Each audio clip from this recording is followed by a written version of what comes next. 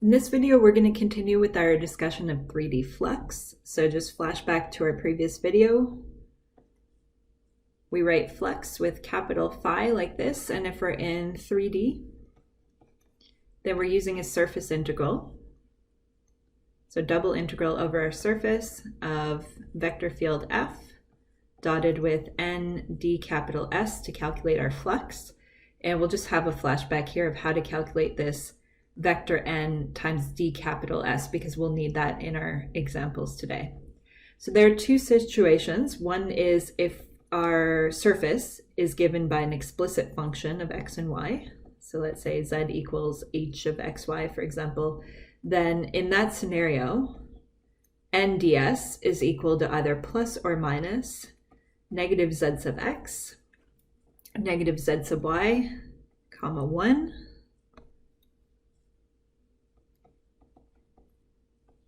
times dy dx.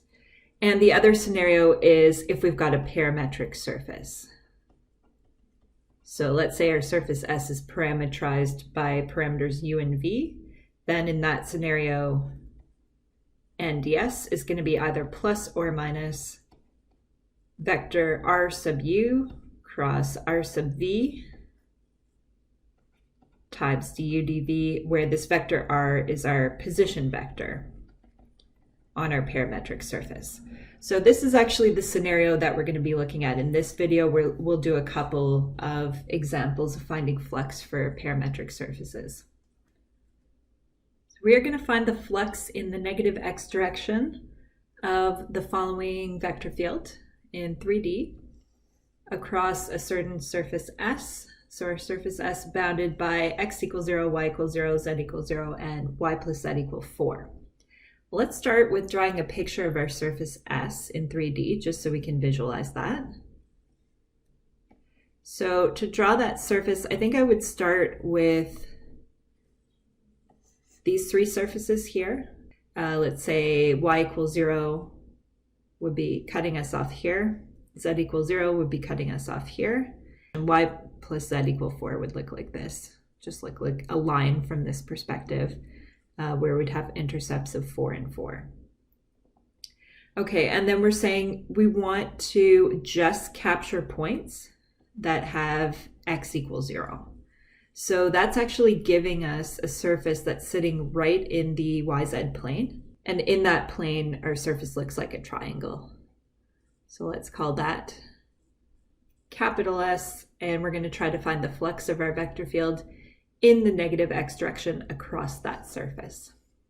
So notice that we don't have an explicit formula for all these points on our surface. Instead, we're going to think of this as a parametric surface, and we're going to try to write down our position vector for all the points that are on S. So we'll call our position vector little r, and let's think about our x, y, z coordinates.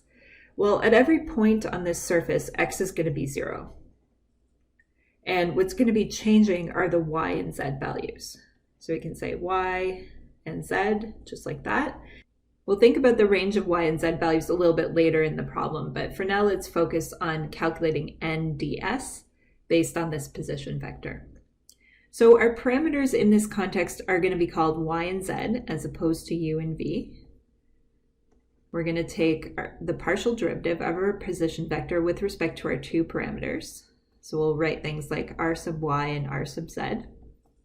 R sub y is going to look like 0, 1, 0. So just think of y and z as being independent variables. The partial of z with respect to y is going to be 0, because z does not depend on y in this context. R sub z is going to be 0, 0, 1. And then we can think about taking the cross product of these two vectors. So r sub y crossed with r sub z is going to give us 1, 0, 0.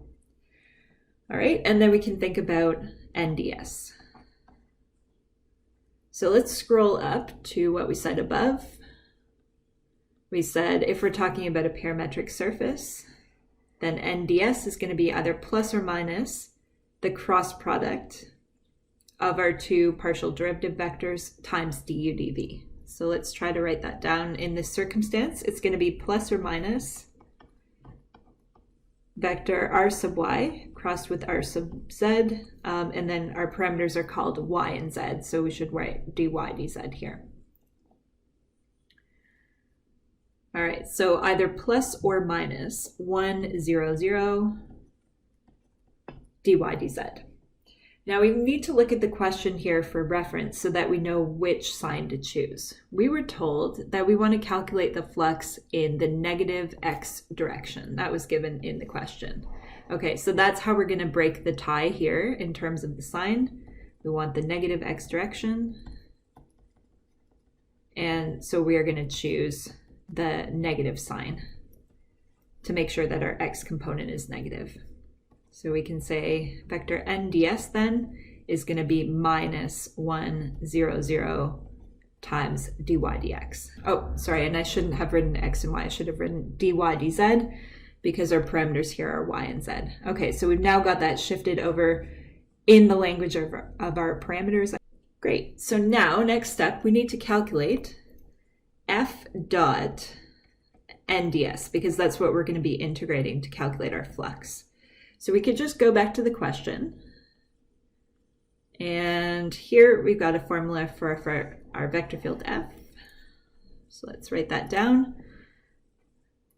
Vector f looks like x plus 2y plus some other stuff. I'm not going to write down the other two components just because I can see that we're going to be dotting it with a vector that has zeros in those last two components there.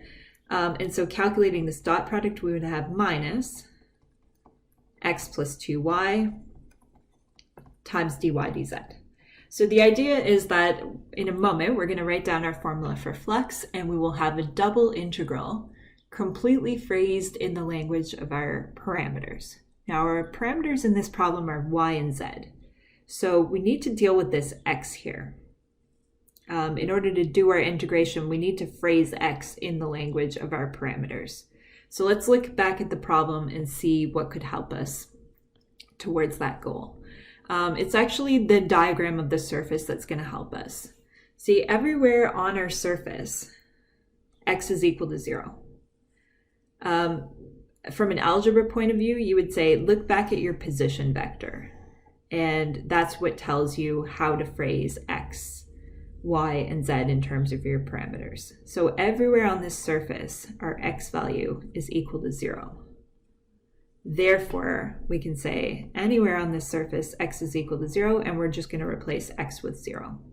If we had, let's say, a variation on this surface, where our surface were actually sitting out here, say at x equal 4 or something like that, and then we had some kind of shape at x equal 4. You know, you could have like a rectangle at x equal 4, you could have a triangle at x equal 4. Then in your position vector, you would see 4 in the x position, and then you would have subbed in 4. So that simplifies things because now our integrand is minus 2y dy dz. So let's write down our formula for flux. We're going to be doing a surface integral. So double integral over our surface of this vector field f dotted with nds. So specifically, we're doing the double integral of minus 2y times dy dz.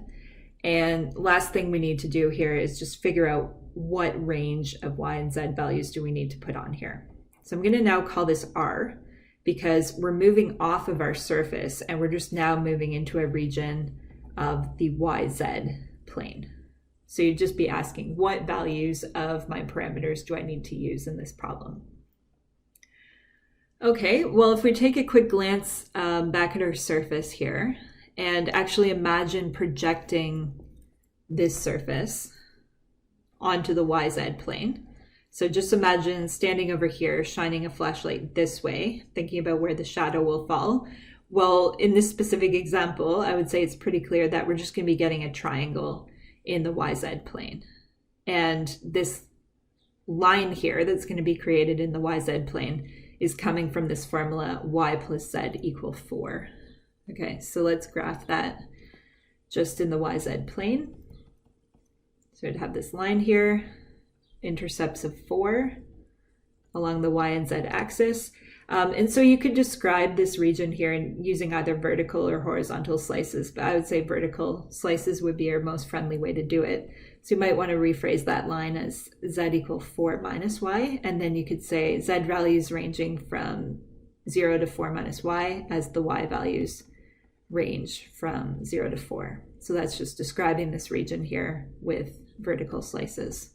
So that's the description of the region R. And what that does for us is that gives us our limits of integration that we're going to put on our double integral. Okay, so let's do that in the next step. So we know we're integrating negative 2y. We decided that vertical slices were the way to go. So when we write down our differentials, let's be careful that we're going to write them in the order dz, dy. Z is going to range from 0 to 4 minus y, and then y is going to range from 0 to 4. So if you had decided to describe your region using horizontal slices, then sure, you could have kept this as dy dz. But in any problem where you're describing a region in 2D, you've always got the option of doing vertical slices, horizontal slices, or even moving into polar coordinates, whatever you think is going to be best for that problem. Okay, so now we're ready to actually do the computation of the flux by computing this double integral. So let's try it. Keep our outside integral and outside differential on there. We're going to take this minus 2y, integrate it with respect to z. So we get minus 2y times z, and then that gets evaluated at 4 minus y and at 0. Or I should say z equal 4 minus y and z equals 0. So if we were to actually do the evaluation in this step, then that minus 2y would just be a constant that's sitting out in front, and the z would become a 4 minus y. So we'll do that all in one step just to make the process a little bit more efficient. And then, before we went on to our last step of integration, we could actually multiply out this integrand. So it'd be minus 8y plus 2y squared that needs to be integrated. And then we can go ahead with the integration. So minus 4y squared plus 2y cubed over 3. And we're going to evaluate at 4 and at 0.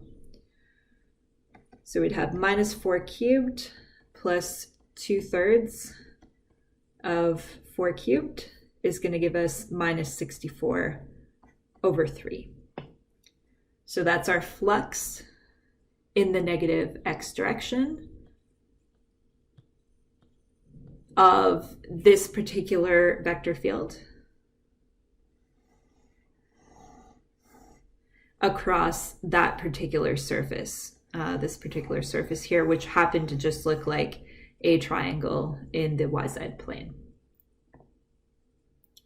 So if the question had asked for the flux in the positive x direction, that would just change the sign of the flux. So the flux in the positive x direction would be positive 64 over 3.